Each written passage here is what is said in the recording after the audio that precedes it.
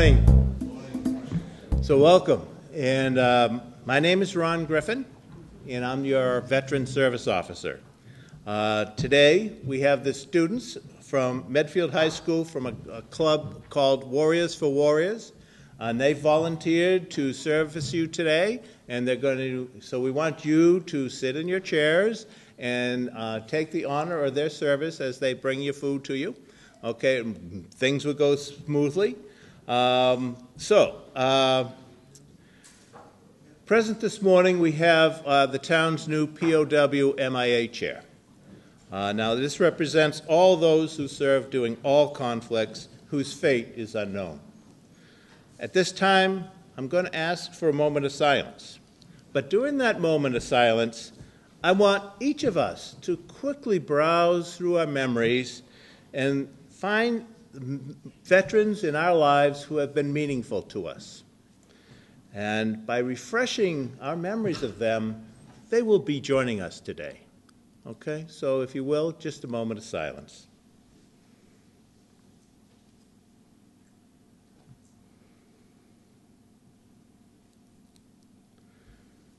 Thank you. Now, feel free today to mention those names that you've thought of in that moment of silence. Feel free to bring them out in conversation and let their memories live on. So, before we begin breakfast, I would like to introduce our state senator, James Timilty, and he has a few words for you. And then I think we might have breakfast for you. Thanks very much. I'll be decidedly brief. I think it's very important, particularly when I'm delaying the Warriors for Warriors, passing out the breakfast, to be brief, be sweet, and be gone.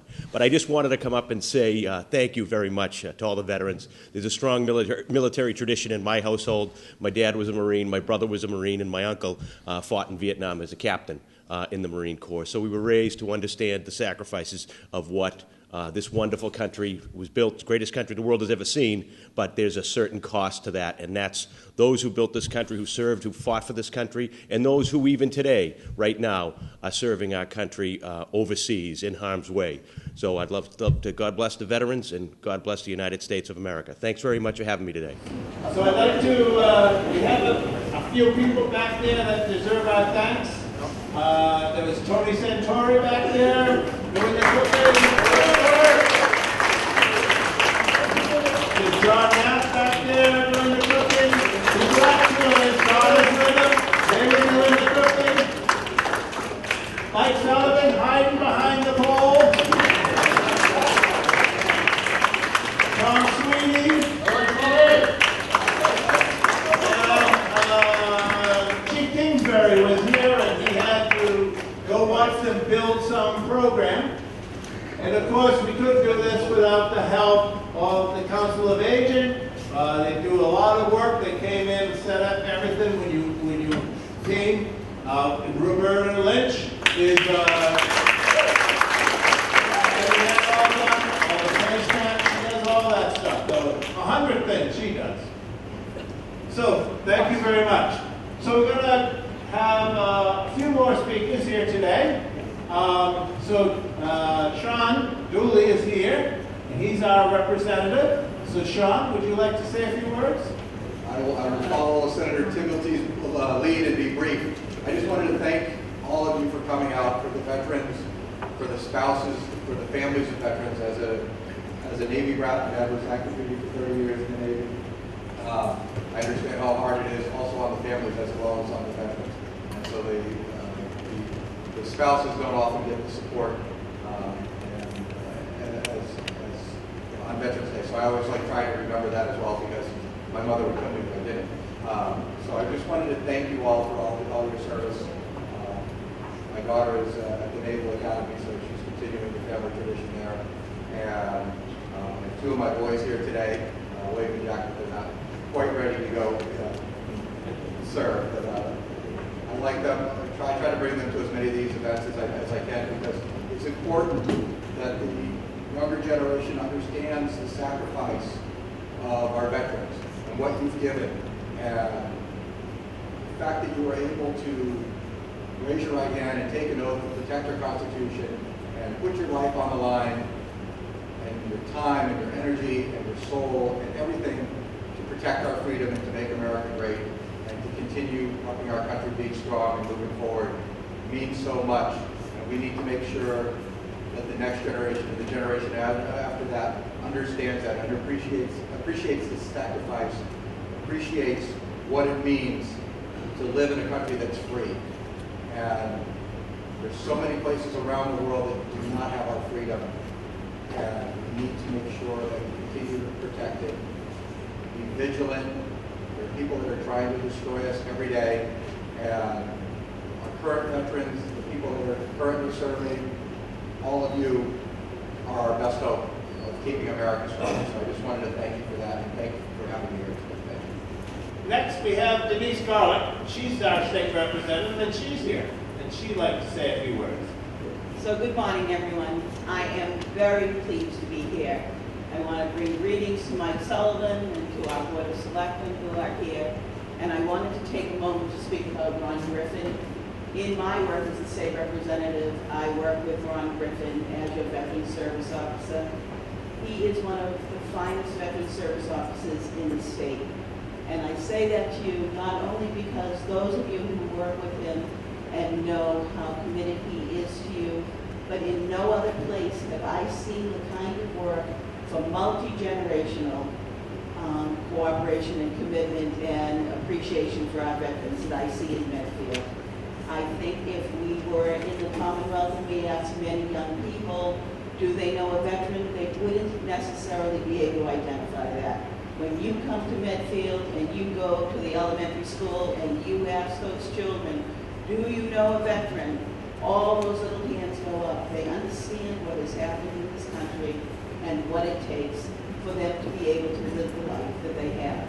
So to Ron, my deepest respect for you and appreciation for you.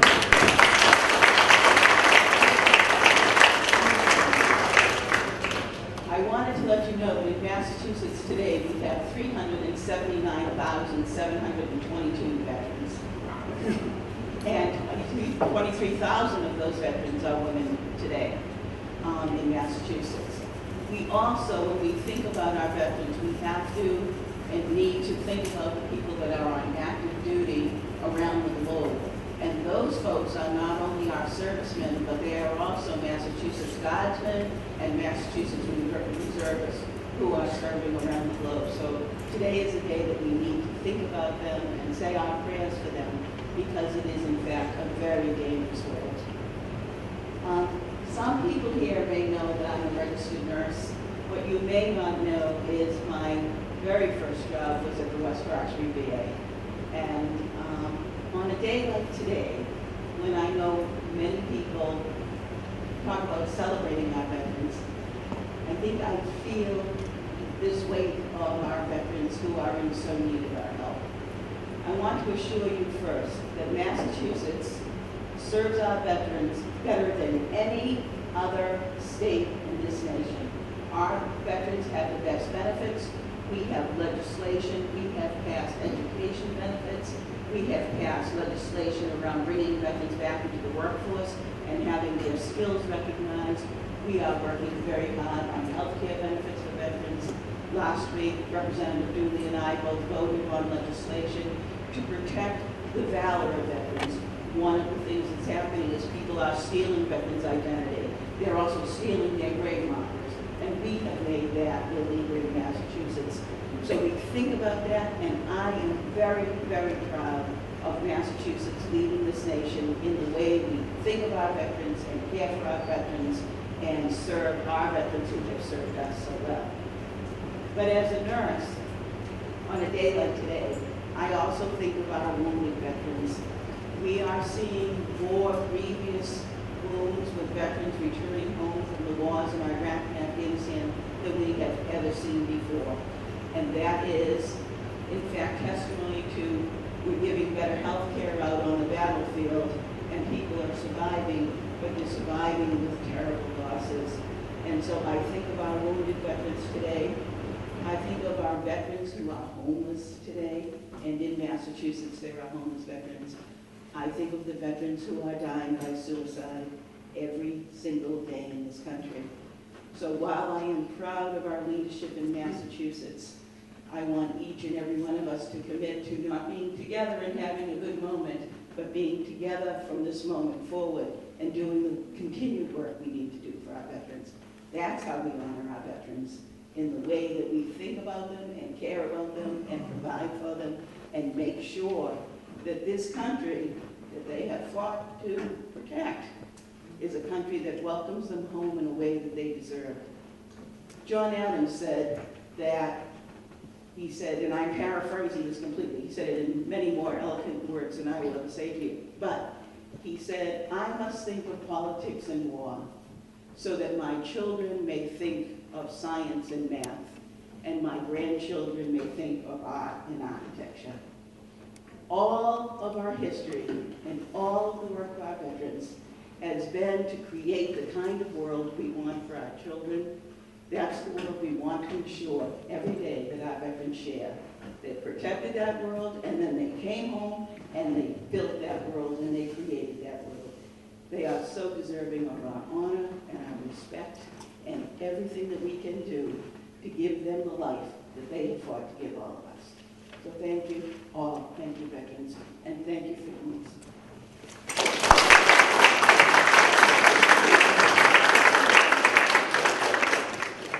Wow.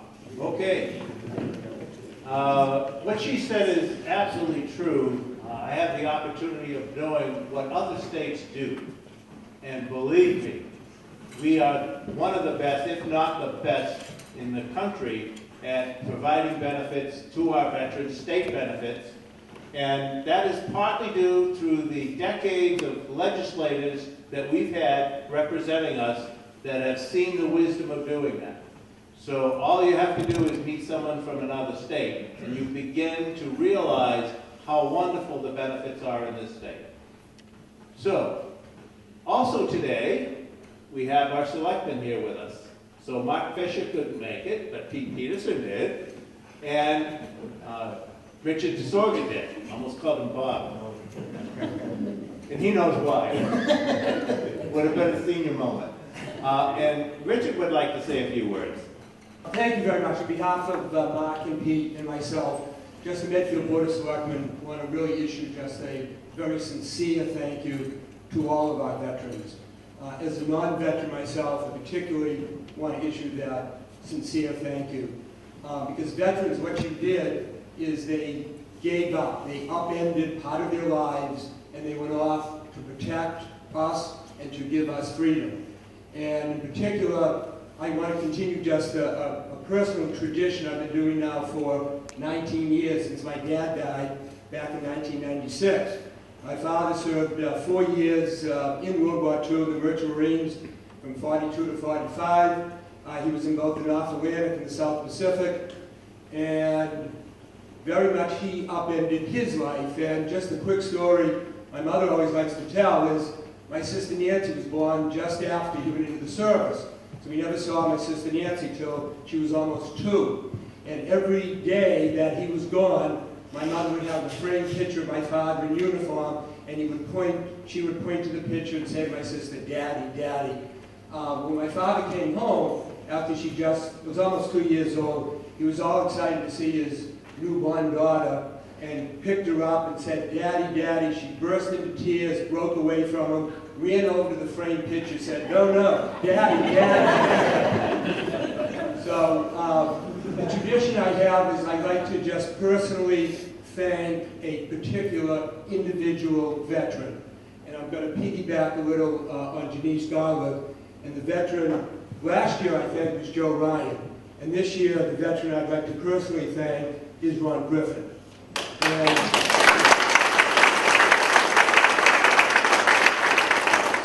because as Denise said, in his position as the Veteran Service Officer, he has truly raised the bar on both helping people and on public service. And thank you, Ron, for helping our veterans better understand and receive the health benefits they so deserve. Thank you, Ron, for counseling our veterans in time of need. Thank you for working with our veterans and their spouses on the multitude of issues they face and making them aware of the services that they are entitled to. Thank you for being the Medfield Volunteer Counselor for the Shine program, and that's serving health information needs of elders that Ron does. And thank you, Ron, for serving as the chair of the Committee to Study Memorials and giving our veterans the recognition they so deserve. So for all veterans, thank you. In particular, Ron Griffin, thank you.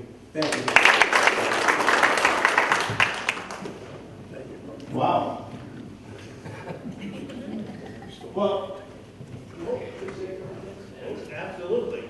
So I wasn't going to speak, but I sort of moved to speak because of what Denise and Richard said. One of the first times that I met Ron was when I was doing the Volunteer of the Year recognitions, and Ron decided that it was important that the volunteers in Medfield get recognized for the flag that gets flown over the Capitol. And so that he started doing the arrangements to present each of the volunteers of the year with a flag that had been flown over the Capitol, because it was an important thing in his mind for the volunteer service that they were doing. So that was one thing that Ron did. Another thing that he did was when we had when I attended the opening of the Vietnam Memorial at the Blake Middle School. Afterwards, the veterans went off to talk to the kids in the classrooms, and I remember saying to Ron, "What a great idea to connect the veterans and the kids." And I was complimenting the school administration, and then I learned that it was actually Ron who had come up with that idea and put it into place. It's also Ron, I think, who has created this synergy between the high school kids coming here today to this breakfast. Every time I turn around, Ron is doing just a wonderful thing for the town, for the veterans, and for the kids in town. So I thank you, Ron. Now, normally I have a guest speaker that comes in and talks about a veteran issue. This year I volunteered myself to do it. Are you all up to a little more talk? Do you need to stand? I have to put my glasses on. So I want to tell the story about two World War I veterans. And I'm no Richard DeSorgher on this, so I hope I do these two men justice, and I hope I do Richard justice. I did a lot of work to try to learn about their lives. But before I catapult you back in time to World War I, I'd like to just talk a little bit about current events. On Friday, October 30th, the state of Massachusetts officially opened the Medfield Charles River Gateway. The gateway is a restored scenic overlook and canoe launch on what was once Medfield State Hospital's most contaminated grounds. Besides protecting the drinking water and restoring acres of wildlife habitat, the area will honor those 51 Medfield State veterans who served, Medfield State Hospital employees who served during World War I, and particularly two of those veterans who did not return. So both men were immigrants from Canada. Now, World War I was a long time ago, and there is no one that can offer an accounting of their personalities or their loves or their interest. Although they were remembered and honored, their names weren't even recorded correctly. So let me take you back in time before World War I and set the mood. I hope some of you watched the PBS series, Downton Abbey, or perhaps Mr. Selfridge. Anybody watch those? Yes. Both programs begin before World War I. And without covering the war, they go into some insight of how the war affected the families and the times. The world was going through enormous industrial expansion, and this was an era of trains, horse-drawn transportation, kerosene lamps, and women who had not yet earned the right to vote. Canada had no army, and the Navy was only created in 1910 and consisted of 2 boats. British troops were stationed in Canada and to protect Canadian borders while the British Navy patrolled their borders, coastline. Still, 60,000 Canadians would die during World War I. Arthur Albert Cleversey. Arthur Albert Cleversey was born in Pleasantville, Nova Scotia, Canada, on July 21st, 1893. He was the fourth child of a family of 10. And that was common at the time to have very large families. His oldest sister, Charlotte, had married Augustus Cross and immigrated to Marlborough, Massachusetts. In 1900, at the age of 17, Arthur immigrated as well and came to Marlborough to live with his sister. He got work as a shoe worker in Marlborough. His sister's family also was growing, and when her sixth child was born, it was time for Arthur to move on. Medfield State Hospital is one of the largest employers in the area. And what it offered was employment and housing and food. So that met many of his requirements. So he found work here as an attendant. And the benefits that he received were food and housing. And in June of 1917, all men between the ages of 21 and 31 living in the United States were required to register for selective service. Arthur registered on June 4th, 1917, as living in Medfield as an alien immigrant. Interesting to note, like now as then, all men living in the United States, regardless of citizenship, are required to register for selective service. Arthur did. He was short, only 5 feet 5 inches, had light brown hair. By August 22nd, Arthur had left Medfield and went to Boston, where he was inducted into the 26th Infantry Division, 101st Infantry Regiment, Company L, in what is perhaps better known as the Yankee Division. The division, consisting of men from the 6 New England states, arrived in France on September 21st. This area of France, Saint-Nazaire, was relatively quiet, and much of the time was spent on training and readiness for conflict. That came in April of the following year, when the division was sent to Fleury, France. Here, the division received heavy casualties, but prevailed during battle. Following this battle, the division was heavily reinforced as they moved to Aisne-Marne campaign in July.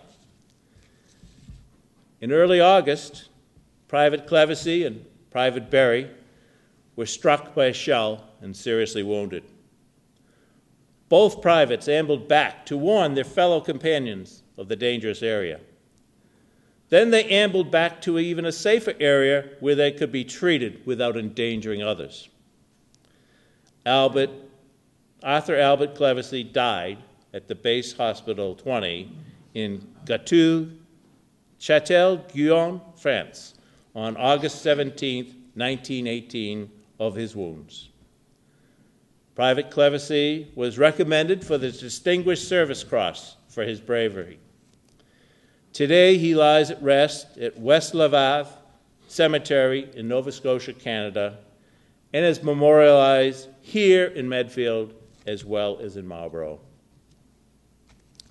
While many, like Arthur, died in combat or from combat wounds, most casualties were not from combat. Of the 4.7 million Americans who served during World War I, 53,513 were killed in combat, but nearly 10,000 more died as a result of illness or accident. Cyrus Arsenault. Cyrus is also from Nova Scotia. While Arthur was of Scottish descent, Cyrus is of French descent. Nova Scotia's 500,000 population was comprised of about 50% descendants from the British Isles, and 30% French citizens. Canadian citizenship did not yet exist, but all were free to move within the British Empire. Only in 1895 had the United States began keeping border crossing records, and Canadians moved to and from the U.S. with very few restrictions. There was little industry in Nova Scotia, and at the time, so most people worked as farmers or were employed by royalty, such as to work for Lord Grantham. Cyrus was born on October 17, 1895, in Edgemont Bay, Prince Edward Island. Little is known about Cyrus's family, other than he did have one brother, Edmund. When President Woodrow Wilson ordered the mandatory selective service registration in June, Cyrus responded by registering. At that time, he was 21 years old and working at Homer LaChance restaurant in Rumford, Maine, as a waiter. He is medium height and build with brown hair and brown eyes. He also registers as an alien. Sometime that fall, Cyrus leaves Rumford and goes to Chelsea to be with his brother Edmund. Here he learns of employment at Medfield State Hospital, where he can work and get room and board. Actually, there are a number of astronauts that work at the hospital during this time. Perhaps they are cousins, or perhaps they informed Cyrus of the potential employment. And Cyrus begins to work in the kitchen at Medfield State Hospital. That July in 1917, Massachusetts was called upon to build and staff a military camp to be called Fort Devens in Harvard, Mass. Fort Devens was to become a reception center for war selectees and provide initial training for the 12th, 26th, and 76th Divisions. Fort Devens officially opened on September 5, 1917. Cyrus entered the service on July 30th, 1918, and was sent to Fort Devens to begin his military training. During his initial training, his cooking knowledge was recognized, and he was assigned to become a cook on September 30th. Now, Fort Devens is also the base hospital for all divisions of New England. If you recall your Downton Abbey history, the next tragedy that befalls the family is the Spanish flu. This was the case in Fort Devens as well. By October, the first epidemic is out of control. The staff of doctors increases from 25 to 250. Soldiers are dying at a rate of about 100 a day. There is no training going on, as the soldiers are not allowed to assemble.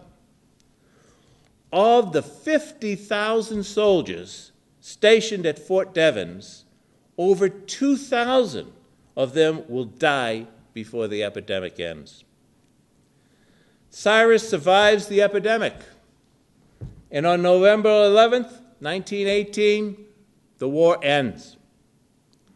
Most of the remaining soldiers at Fort Devens are sent home, but not Cyrus.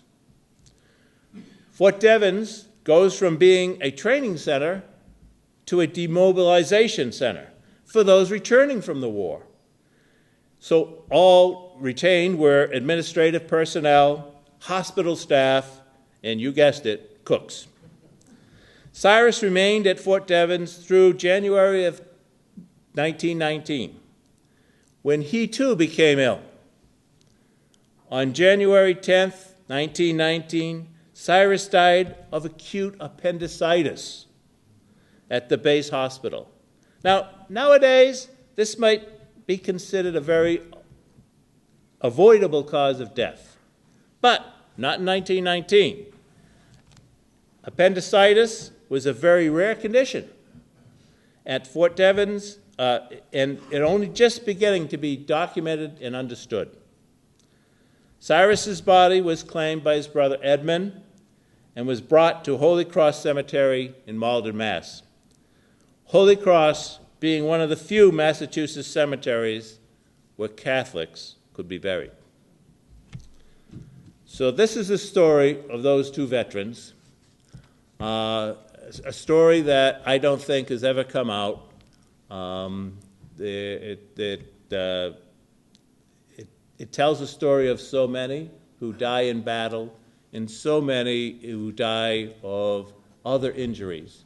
World War II, also there was a lot of injuries that were because of accident or illness. But World War I was just horrific. So, with that, I'd like to close the meeting, but like I do every year, I would ask you all to stand and join me in the Pledge of Allegiance.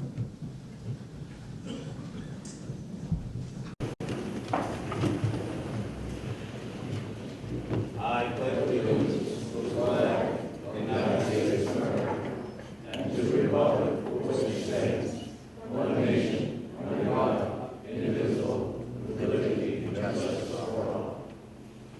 Thank you for coming today. Enjoy your day.